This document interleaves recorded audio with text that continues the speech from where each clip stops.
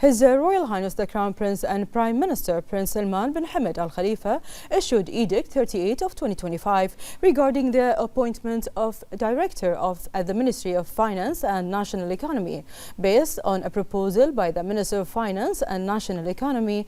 According to the edict, Lubna Khalid Mohammed Al Wazan shall be appointed as Director of Human and Financial Resources at the Ministry of Finance and National Economy. The Minister of Finance and National Economy is authorized to assign the director mentioned in Article 1 of the edict to any government entity. His Royal Highness also issued Edict 39 of 2025 regarding the appointment of a director at the Ministry of Housing and Urban Planning based on a proposal by the Minister of Housing and Urban Planning.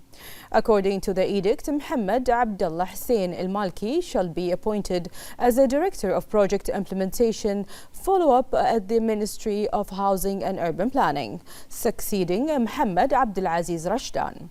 His Royal Highness also issued Edict 40 of 2025 regarding the reformation of the Council for the Guardianship of Funds for Minors based on a proposal by the Minister of Justice, Islamic Affairs and Endowments, following the approval of the Cabinet.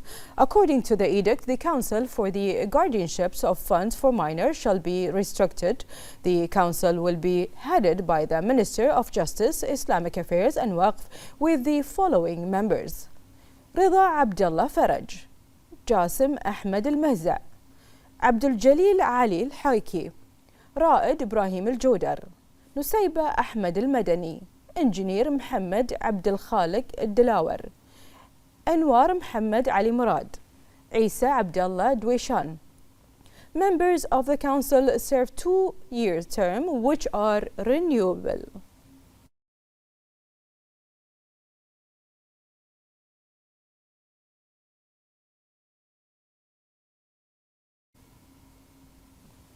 His Majesty the King's representative for humanitarian work and youth affairs and chairman of the Board of Trustees of the Royal Humanitarian Foundation, RHF, His Highness Sheikh Nasser bin Hamad Al Khalifa attended the 21st ceremony honoring outstanding students from the RHF.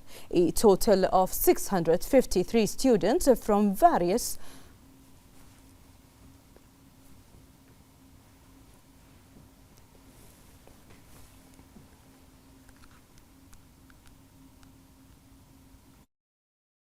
educational stages who achieved a grade of 95% or above in the 2024-2025 academic year were honored, along with 26 university graduates who received scholarships from the foundation. His Highness affirmed that the paternal care extended by His Majesty the King, the honorary president of the foundation, is a fundamental pillar in building the nation's future. This care enhances students' intellectual and educational standard, reflecting His Majesty's commitment to expanding knowledge and providing a stimulating educational environment. His Highness praised the support the foundation receives from the government led by His Royal Highness the Crown Prince and Prime Minister through various programs and ongoing support for students. He emphasized that outstanding students are the backbone of the nation and expressed pride in their achievements, highlighting their determination and dedication. His Highness also commended the Ministry of Education for offering programs that strengthen students' sense of belonging and develop their personalities. The Minister of Education, Dr. Mohammed bin Mubarak Jum'a, expressed gratitude, supporting education and outstanding students, stressing the importance of investing in youth and equipping them with modern knowledge and skills. He also praised the inspiring role of His Highness Sheikh Nasser. The Secretary General of the RHF, Sheikh Ali bin Khalifa Al Khalifa, expressed appreciation to the leadership and praised His Highness's annual patronage of the ceremony and continuous encouragement for students' academic advancement. The ceremony featured a performance titled Generation of Nasser bin Hamad, depicting the journey of education in Bahrain. His Highness also honored winners of the Leadership and Excellence Award and outstanding primary school students.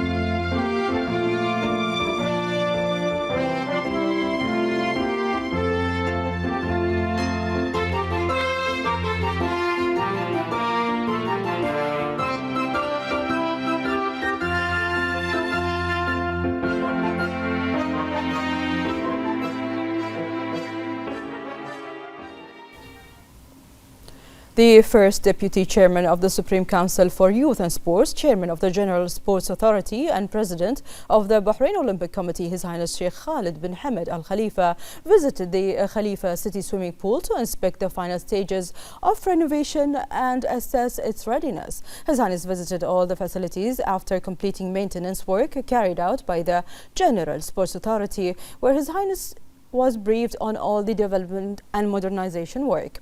His Highness affirmed that sports facilities are an essential element in developing the infrastructure of the sports sector and are the pillar on which the process of developing talents, enhancing the training and competitive environment, and hosting major sports events is based. His Highness has stressed the importance of continuing to maintain all facilities and preparing them according to the highest standards, stressing the authorities' keenness to provide the appropriate facilities for clubs and teams. His Highness also affirmed that efforts will continue to ensure the sustainability of these facilities and developing them to meet future sports needs in the kingdom.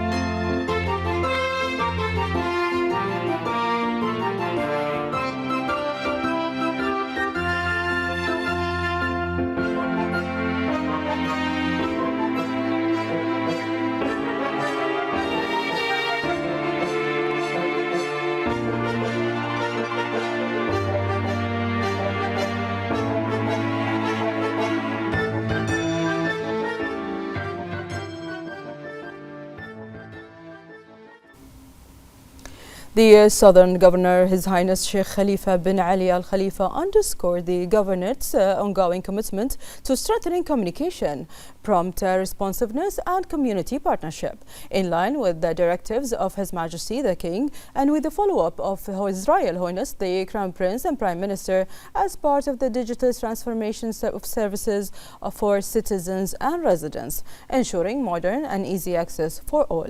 His Highness noted that as part of its digital transformation effort, the governorate issued a mid-year report indicating that it received around 1,209 inquiries and requests by the end of June 2025 across security, service and social sectors. His Highness said that these were submitted through various channels, including phone calls, the Southern Governorate app, emails, the national platform and the Governorate's Council. His Highness emphasized that a specialized team processes and analyzes incoming requests before referring them to the appropriate departments, followed by field monitoring to ensure proper follow-up.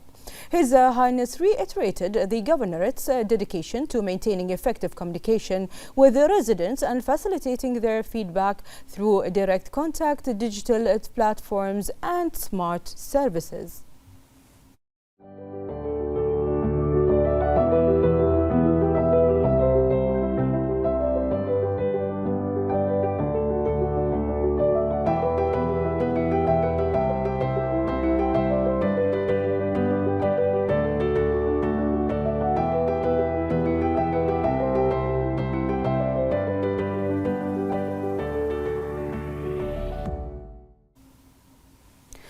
Attorney General Dr. Ali Al-Buainain issued Decision 47 of 2025 approving the guidance manual on request for asset recovery and enforcement of confiscation orders. More in this report. To ensure that rights are respected and legal safeguards are enshrined during implementation, the Public Prosecution issued Decision 47 of 2025 regarding a guidance manual on requests for asset recovery and enforcement of confiscation orders, prepared in line with international standards and the recommendations of the Anti-Money Laundering and Combating the Financing of Terrorism Committee. Based on the approval of the Supreme Judicial Council and in cooperation and coordination between the concerned authorities, the manual outlines how to enforce confiscation orders issued by Bahraini courts or foreign judicial bodies. The manual aligns with national laws and Bahrain's commitments under international agreements, including the United Nations Convention Against Corruption and the United Nations Convention Against Transnational Organized Crime. The manual aims to standardize legal procedures for recovery and confiscation, unify institutional practices, enhance transparency, protect the rights of bona fide parties, and uphold legal safeguards. It also reinforces international judicial cooperation by clearly outlining the legal and institutional pathways for asset recovery and enforcement of final confiscation orders. The guidance manual confirms the Kingdom of Bahrain's commitment to global crime-fighting efforts, particularly against money laundering and terrorism financing, and supports international collaboration to trace and recover illicit assets across borders. It also complements national procedures to prevent criminals from concealing or using crime proceeds abroad, and represents a key step in executing effective and lawful confiscation. For more on the importance of issuing the guidance manual on request for asset recovery and enforcement of confiscation orders and its intended outcomes, we have the following statement from the Chief Prosecutor, Financial Crimes and Money Laundering Prosecution, Ahmed El-Ramadan.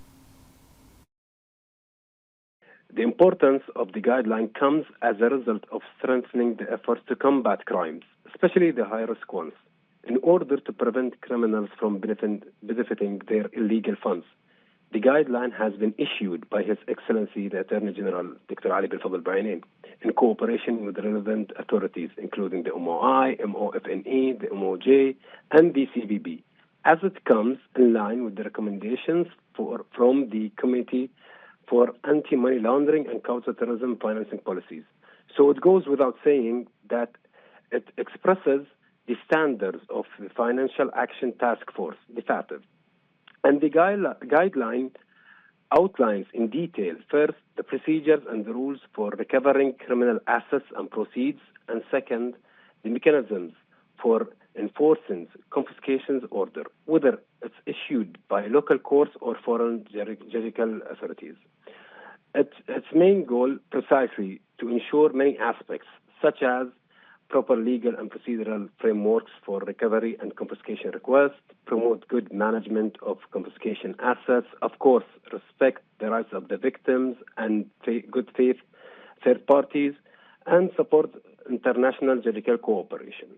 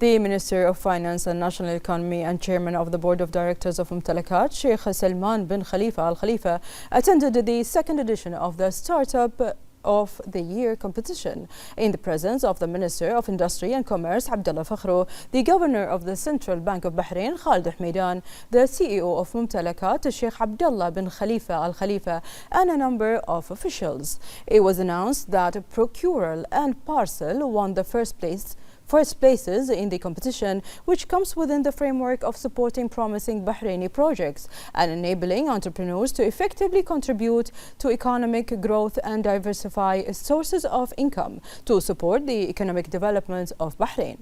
Sheikh Salman bin Khalifa emphasized that the private sector is a key pillar in driving economic development and creating more quality opportunities for citizens. He noted that the role of entrepreneurs in enhancing Bahrain's competitiveness globally through their quality projects. He pointed out the kingdom's continuous keenness to provide an incubating and stimulating environment for entrepreneurship. The minister stressed the prominent role played by Tamkeen in supporting employment, training, career development and entrepreneurship by adopting quality initiative and programs in light of the directives of the Minister of Prime Minister's Court and Chairman of Tamkeen's Board of Directors, His Highness Sheikh Isa bin Salman bin Hamad Al Khalifa. He also noted that this competition is one of the initiatives that support innovation and encourage emerging projects to compete regionally and internationally to enhance the kingdom's position as an attractive center for business and investment. The second edition of the competition comes as part of the journey of the organization that qualified to compete. They were selected from the organizations that won first place in last year's Startup Bahrain Tours, which are investment events that include interactive presentations by participants in front of a jury of experts, investors and specialists, where 6 tours were held last year and 12 winners were selected. The rounds include a training program to develop their presentations before potential investors and receive the right guidance to enhance their chances of presenting their projects in a better way.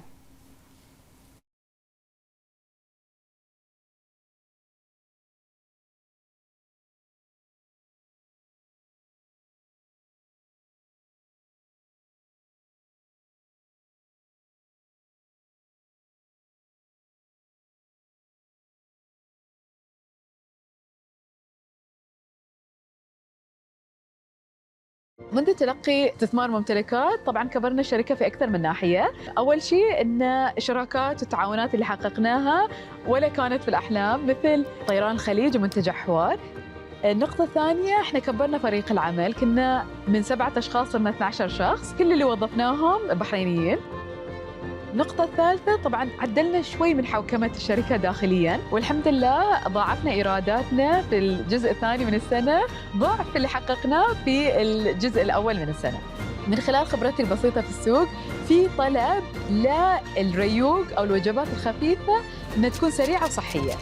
احنا هاي هدفنا كايرلي رايزر، ان تكون عندنا المنتجات اللازمه حق الريوق او الوجبات الخفيفه ان تكون سريعه وصحيه. احنا نشوف ممتلكات داعم قوي ان نحقق احنا اهدافنا بطريقه اسرع، نغلط اقل، تسرع لنا، تبطل لنا ابواب. تعلمت اني اجازف واثق في روحي اكثر، وتعلمت ان اختيار فريق العمل القوي يعني من اهم الاشياء، وتعلمت انه يكون الزبون محور كل قراراتنا.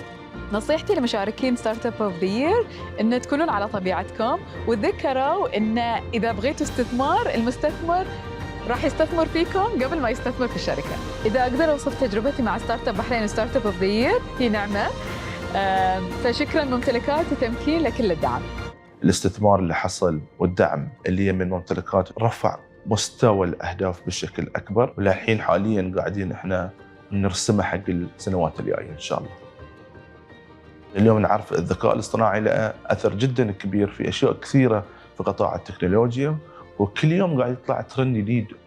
من بعد الدعم والاستثمار من طرف ممتلكات، من الاشياء الاساسيه اللي احنا حصلنا عليه كدعم مستمر لليوم، مو فقط احنا اليوم قاعدين نشتغل ونستفيد من محفظه ممتلكات، كثر ما احنا قاعد يساعدنا هذا العملاء اللي احنا قاعد نشتغل وياهم، مثل طيران الخليج في البحرين، ان احنا شلون قاعد يفتح لنا ابواب مختلفه في الخليج مع شركات طيران ثانيه في المنطقه. نصيحتي للمشاركين لمسابقة أفضل ستارت اب للعام اللي وهي ستارت اب اوف ذا يير، اغتنموا هاي الفرصة اللي عندكم، تفتح لكم آفاق جدا كبيرة. الهدف الأساسي من هذه المسابقة أنك تبين أنت شلون ايش كثر مميز.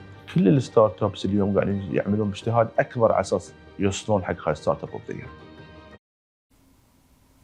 The participants in the second edition of Startup of the Year affirmed that the support they receive is a great incentive for their companies to develop and expand their businesses based on professional follow-ups and studies that ensure continued success and future achievements for those companies. More in this report.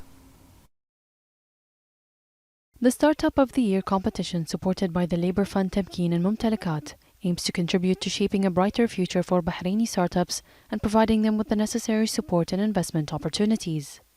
After months of continuous competition, meetings, specialized training and qualification, the startups participating in the competition went through multiple stages to qualify and win, which provides a great opportunity for the participants in this edition to expand their horizons and develop their businesses. The great efforts exerted and the unlimited support provided by the Labour Fund Tamkeen and Mumtalakat today embodies pure national success stories that the Kingdom of Bahrain is proud of and always seeks to replicate as successful experiences that allow participants to achieve their aspirations and succeed in their experiences. The Minister of Foreign Affairs, Dr. Abdul Latif Al-Zayani, held a telephone call with the Minister of Foreign Affairs and Immigrants of Lebanon, Youssef Raji. The two ministers discussed the close relations between Bahrain and Lebanon and means to enhance cooperation across various domains. They also discussed the latest regional developments and their impact on security and stability, as well as regional and international efforts to de-escalate tensions and advance comprehensive sustainable peace to safeguard stability and fulfill the aspirations of the region's people for development and prosperity. The Ministry of Works continues to work on 3 strategic road projects to improve connectivity between the kingdom's main cities. These projects aim to enhance traffic flow and reduce congestion in the road network. More in this report. To enhance road efficiency and reduce traffic jam, especially during peak hours, the Ministry of Works has announced a series of significant infrastructure projects. These initiatives include the construction of new bridges and the upgrading of key traffic hubs, all designed to improve traffic flow and reduce delays across the road network. The projects aim to increase the overall capacity of critical intersections, allowing for a smoother and more efficient movement of vehicles. By reducing delays and travel times, these developments will contribute to a better commuting experience for motorists and support the growing demands on the transport system. This comprehensive approach reflects the Ministry's commitment to modernizing infrastructure, promoting sustainable urban mobility, and ensuring that the road system can meet future needs as the community continues to expand and develop. As a part of the initiative to further enhance economic and social empowerment, the Ministry of Social Development approved extending the opening hours at the Capital Complex for Bahraini handicrafts, allowing greater access for visitors and supporting local artisans. For more on the significance of the decision and how it contributes to supporting micro-enterprises and local artisans, we have the following statement by the Assistant Undersecretary for Community Development at the Ministry of Social Development, Inas Mohammed Al-Majid. We are truly pleased to highlight the recent decision to extend the working hours of Capital Mall, a move that supports our Bahraini productive families and highlight their beautiful handcrafted products. The extension of Capital Mall working hours is a step that aligns with the ministry vision to support this important segment of society.